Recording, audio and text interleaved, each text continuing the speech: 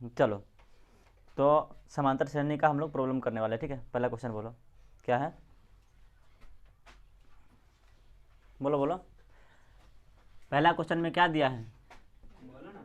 1 minute रुको, हम लोग देखते हैं। यहाँ पर लिखा है यदि किसी समांतर श्रेणी का प्रथम पद 13 और सार्वंतर -4 हो, मतलब इसका प्रथम पद दिया है, क्या दिया है, 13।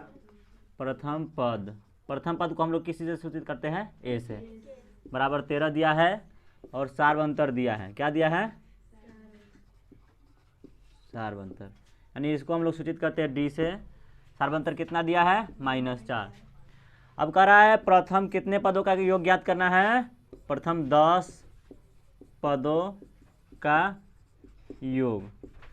अब कहने का मतलब प्रथम 10 पदों का योग दिया है, यानी यहाँ पे हम लोग n का जो वैल्यू रखने वाले हैं वो कितना रखने वाले हैं, 10, यानी पद कितना है, 10 पदों का योग ज्ञात करना है, यानी s 10 हम लोग ज्ञात करेंगे।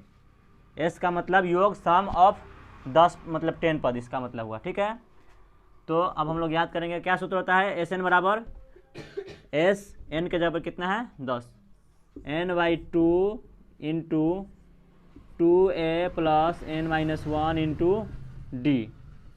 यह सूत्र होता है जब a और d और n मालूम रहे तब। अन्यथा अगर दूसरा सूत्र भी हम इसका बता देते हैं आपको, क्या होता है, n/2 into a plus l।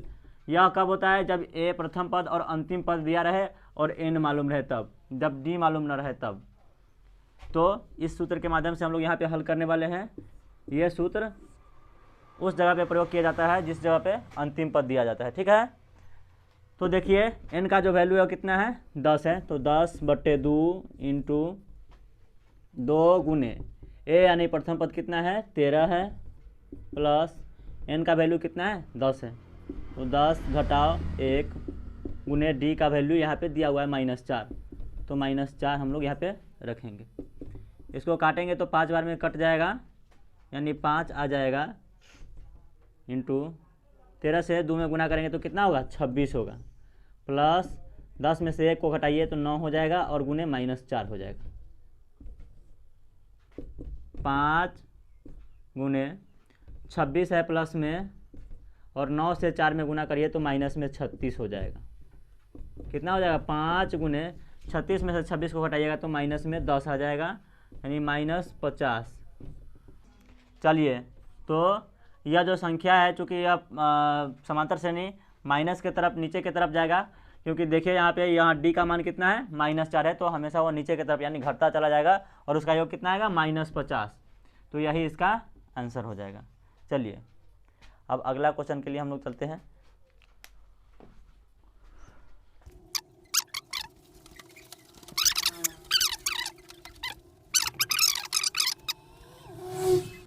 दूसरा क्वेश्चन क्या है, तब तक हम लोग क्वेश्चन नोट करते हैं। दूसरा समांतर श्रेणी दिया है,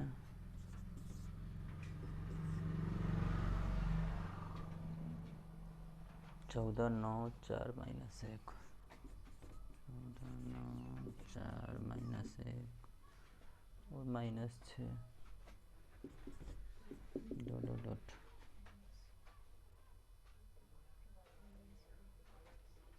12वां पद क्या है, का 12वां पद।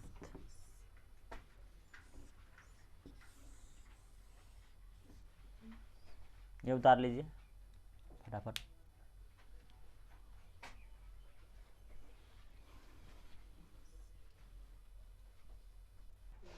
यहाँ पर महारथी आदमी सब जो है, विक्रम जो है गायब रहता है, विक्रम गायब था, मनीष गायब था, नीलम, रीना, शीला, कामनी, ये सब के सब गायब था।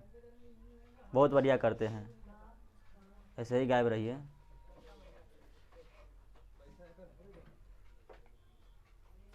हो गया।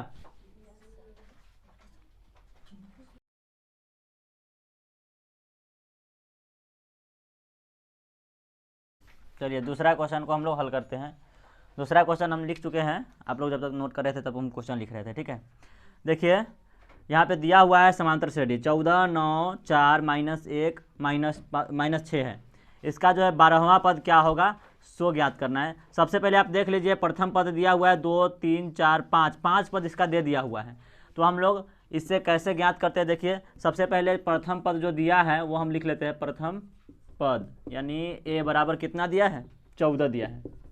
और हम लोग सार्व अंतर ज्ञात करते हैं। क्या ज्ञात करते हैं, सार्व अंतर। आप लोग को ज्ञात करने का तरीका हम सिखाए हुए। सार्व अंतर डी बराबर क्या होता है, T2 माइनस T1, यानी दूसरे पद में से प्रथम पद को घटाते हैं तो क्या निकलता है, सार्व अंतर। तो 9 में से हम 14 को घटाएंगे। दूसरा पद क्या है, 9, और प्रथम का पद क्या है, 14। तो 9 में से हम 14 को घटाते हैं, क्या हो जाएगा, बड़े में से छोटे को घटाए और बड़े का चिन्ह लिखे, तो बड़े का चिन्ह क्या है, माइनस, और 14 में से 9 घटा तो 5, यानी सार्व अंतर इसका कितना है, -5 है। कितना है। अब कैवा पद ज्ञात करना है, 12वां पद। तो n बराबर यहाँ पे कितना है, 12। ठीक है। अब हमको 12वां पद ज्ञात करना है, यानी a n के जगह पे a 12 हम लिखेंगे। a n बराबर यानी a 12 बराबर हमको ज्ञात करना है। क्या ज्ञात करना है, a 12 बराबर। सूत्र क्या होता है इसका, a + n - 1 × d। यह आपको a n ज्ञात करने के, यानी जितना नंबर का पद ज्ञात करना है उतना नंबर का पद ज्ञात करने के लिए यही सूत्र का हम लोग इस्तेमाल करते हैं। तो आइए, a का वैल्यू कितना है, 14, यानी प्रथम पद क्या है, 14 प्लस n का वैल्यू कितना है, 12वां पद ज्ञात करना है। तो 12 घटाओ, यहाँ पे 1 है तो 1, और गुने d का वैल्यू कितना है, -5, तो -5 लिखेंगे। चलिए आगे देखते हैं हम लोग। 14 यहाँ पे आ गया और 12 में से 1 घटेगा तो क्या हो जाएगा, 11, और गुने -5 है तो -5, यानी 14 आ जाएगा, और प्लस माइनस हो जाएगा चूँकि गुना है, और 5 में 11 से गुना करेंगे तो कितना हो जाएगा, 55। अब देखिए यहाँ पे भी वही सेम कंडीशन है जो यहाँ पे था। चलिए बड़े का चिन्ह लिख देते हैं पहले, और बड़े में से छोटे को हम घटा देते हैं। क्यों ऐसा कर रहे हैं, क्योंकि यहाँ पे चिन्ह क्या है, डिफरेंट है। चिन्ह डिफरेंट रहेगा तो फिर ऐसा करेंगे। 55 में से 14 घटाइए, क्या होगा, 5 में से 4 घटाए 1, और 5 में से 1 घटा तो 4, यानी -41 जो है इसका आंसर हो जाएगा।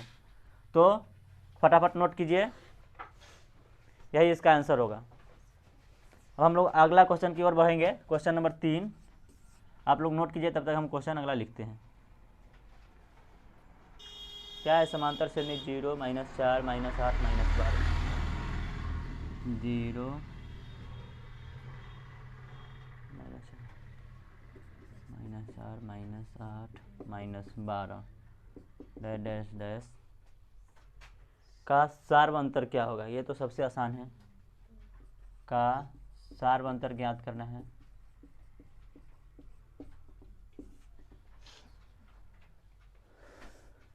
बहुत छोटा सा क्वेश्चन है ऊपर वाला, ठीक है, इसको आप लोग भी बना सकते हैं। इस सवाल में हम लोग सार्व अंतर ज्ञात किए यहाँ पे, उसी प्रकार से इसको भी ज्ञात करना है। खाली सब मेहनत से पढ़े नहीं, बाकी हम अपना तो मेहनत करिए देते हैं। क्या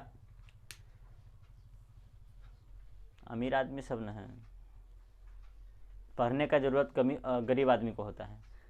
अमीर आदमी काहे पढ़ेगा, तो पहले से अमीर है, उसको अमीर बन के क्या करना है, उसी से अपना जीवन यापन करेगा। जो गरीब है वो खाली पढ़े। नहीं हुआ नोट, हो गया है, चलो मिटाते हैं। चलो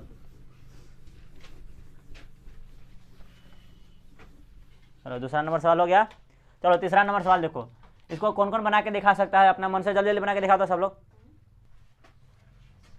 बहुत हल्का है, थोड़ा देर पहले जैसे दूसरा बना वैसा ही इसमें जो है सार्व अंतर इसमें भी ज्ञात करना पड़ा है, इसमें भी सार्व अंतर ज्ञात करना है। ये तो सबसे आसान है, जल्दी से दिखाओ सार्व अंतर ज्ञात करके कितना आ रहा है। देख करके लोग बता देगा कि सार्व अंतर कितना है।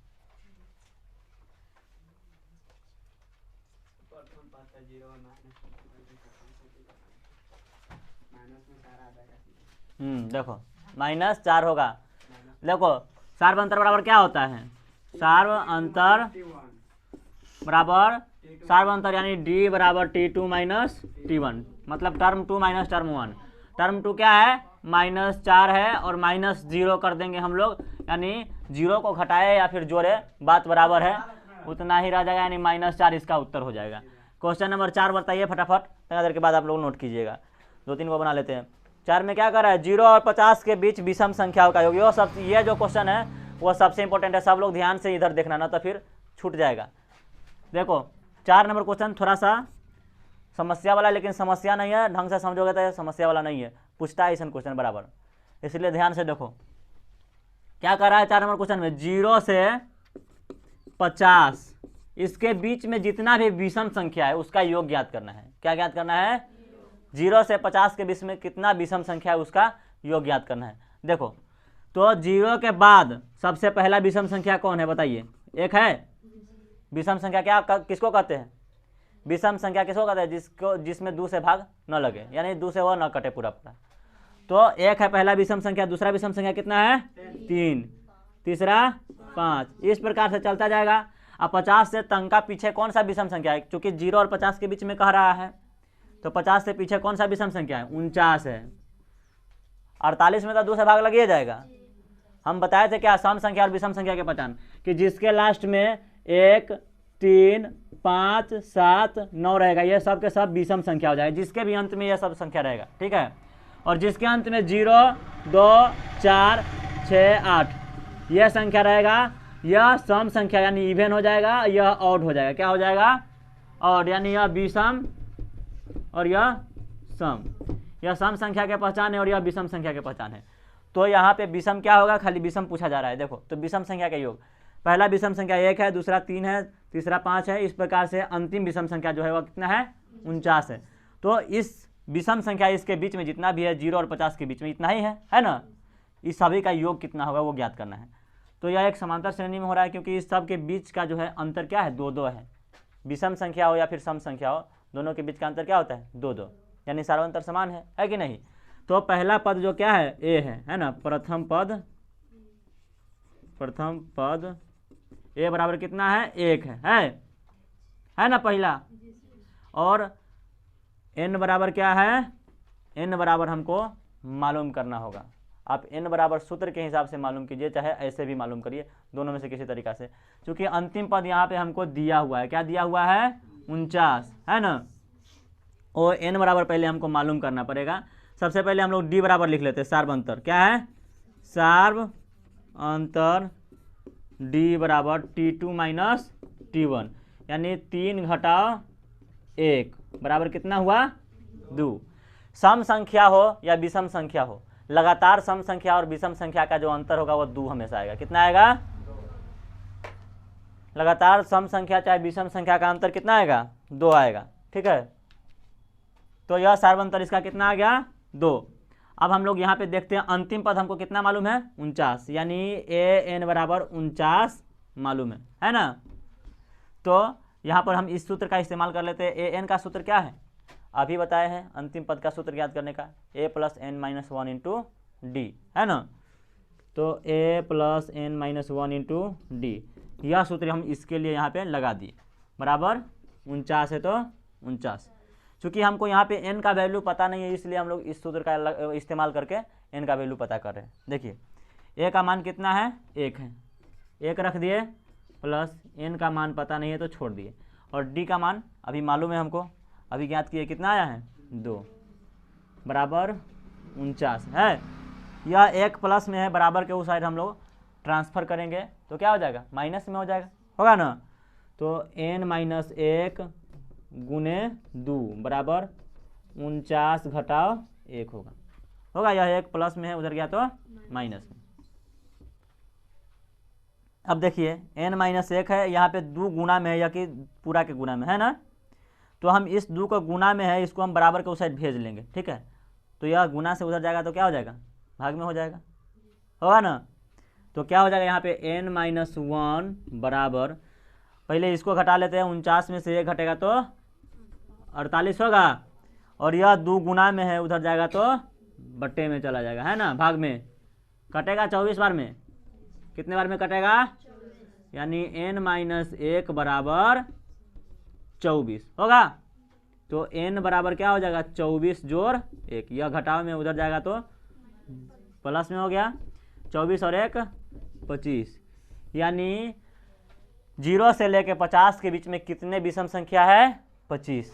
आप जोड़ के अब ऐसे भी देख लीजिए, 50 को पूरा संख्या है ना, तो 25 को सम संख्या हुआ था, 25 को विषम संख्या हुआ, तब ना जाकर के दोनों मिला करके 50 को होगा, है कि नहीं है।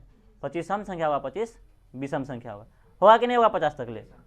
तब ना जाकर के, अब देखिए जितना सम संख्या है उतना ही विषम संख्या है, कहीं पर भी जोड़ लीजिएगा, देख लीजिएगा, क्योंकि सम संख्या एक कम है और विषम संख्या एक ज़्यादा है, बस उतना ही का अंतर रहता है।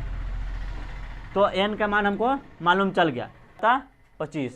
आप जोड़ के देख लीजिएगा, कॉपी पे लिखिएगा 1 3 5 7 9 11 13 15 17 19 21 23 25 27 29, ऐसे पूरा देखिएगा ना लिख करके, पूरा को गिनिएगा तो 25 को होगा। कितना होगा? 25 को। ठीक है, तो यह n का वैल्यू आ गया। अब हमको क्या ज्ञात करना था? 0 से 50 के बीच में जितना विषम संख्या उसका योग ज्ञात करना है। क्या ज्ञात करना है? तो योग ज्ञात करने का सूत्र क्या है?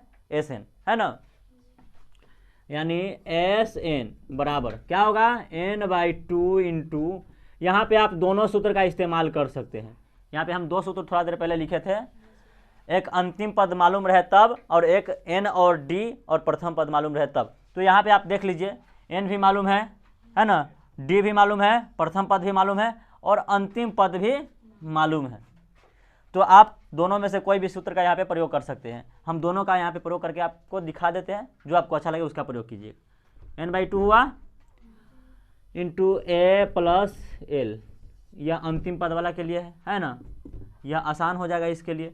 तो n कितना आया है? 25 है, तो 25/2 गुने a का वैल्यू कितना है?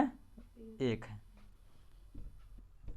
और l का वैल्यू कितना है? 49 है ना, अंतिम पद 49 है, यानी 25/2 गुने 49 और 1 50, काटिए, 25 बार में कटेगा, कटेगा कि नहीं?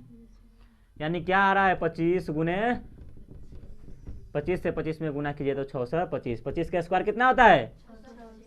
स्क्वायर है ना, है ये 625 आ गया। दूसरे विधि के हिसाब से आप देख लीजिए, Sn बराबर, हम लोग अभी थोड़ा देर पहले ज्ञात किया जो सूत्र था, n/2 into 2a plus n-1 into d, यही ना है। n का वैल्यू कितना आया है? 25 आया, तो 25 ही लिखेंगे, बट्टे 2 इंटू 2 गुने a का वैल्यू कितना है? 1 है, तो हम लोग 1 रख लेते हैं, प्लस n का वैल्यू तो फिर 25 रहेगा, क्या रहेगा? घटाओ 1 है तो 1, और गुने d का वैल्यू कितना आया है? 2, तो 2 डालेंगे, 25/2, 2 से 1 में गुना करिएगा तो क्या होगा? प्लस है तो प्लस, 25 में से 1 घटाइए तो गुणे 2 है, यानी 25/2 इंटू 2 है ये, प्लस 24 से 2 में गुना कीजिएगा तो कितना होगा? हो गया। अब यहाँ पे देखिए 25/2 गुने 48 और 2 काटिएगा तो 2 बार 25 बार में कटेगा, हाँ, यानी 25 गुने 25 आ गया, 25 गुने 25 आ गया, यानी क्या आएगा? 600, यही इसका आंसर होगा। तो 1 से लेकर 50 तक के बीच में जितने भी विषम संख्याएं हैं उस सबको आप जोड़िएगा तो कितना आएगा? 625 आएगा, और उसमें कितना विषम संख्या है? तो 25 को है। अभी ज्ञात किए हम लोग n का जो वैल्यू है वो 25, तो उसमें जितना विषम संख्या है वह उसका पद कहला जाएगा। कितना है विषम संख्या? तो 25 है, और इसके बीच में जो सार्वंतर है वो कितना आ रहा है? इधर 2 आ रहा है। कितना आ रहा है? कभी भी विषम संख्या, लगातार विषम संख्या का अंतर 2 ही होता है। कितना होता है? 2। लगातार सम संख्या के भी अंतर 2 होगा, समझ गए। और लगातार विषम संख्या जो है वह समांतर श्रेणी में होगा, लगातार सम संख्या होगा वो भी समांतर श्रेणी में होगा। समझ में आ रहा है कि नहीं आ रहा है? चलो, तो ये आप नोट कीजिए फटाफट। किरे बहुत मोबाइल बजता है, तो ससुरा रहा है लेकिन, हाँ, बंद करके क्या नहीं आता है? तू फोन किया उसके बाद हम फोन अथी करती है, कोई फोन नहीं आएगा हमारे पास। जल्दी जल्दी करो, क्या हुआ? ये दूसरा तरीका है, ठीक है। कौन कौन है? ये सेकेंड मेथड है, और यहाँ से ये पहला मेथड है। आप इसका प्रयोग कब करेंगे? जब अंतिम पद और प्रथम पद और कितने पद है वो दिया रहेगा, तब इसका प्रयोग करेंगे, ठीक है। और इसका प्रयोग कब करेंगे? जब n पता हो और प्रथम पद पता हो और सार्वंतर पता हो तब, ठीक है। अंतिम पद पता ना हो तो ये वाला करेंगे, और अंतिम पद पता हो तो इस वाला का प्रयोग करेंगे। यहाँ पे दोनों पता था इसलिए दोनों का प्रयोग कर लिए, ठीक है।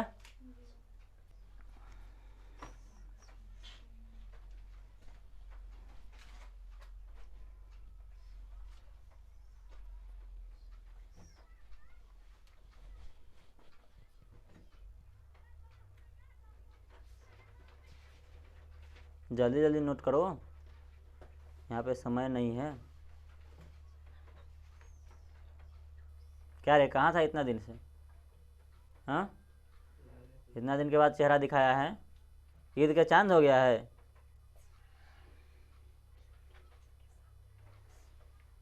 हमारे गांव में एगो आदमी है, वो कहते हैं डुमरी के फूल हो गया है।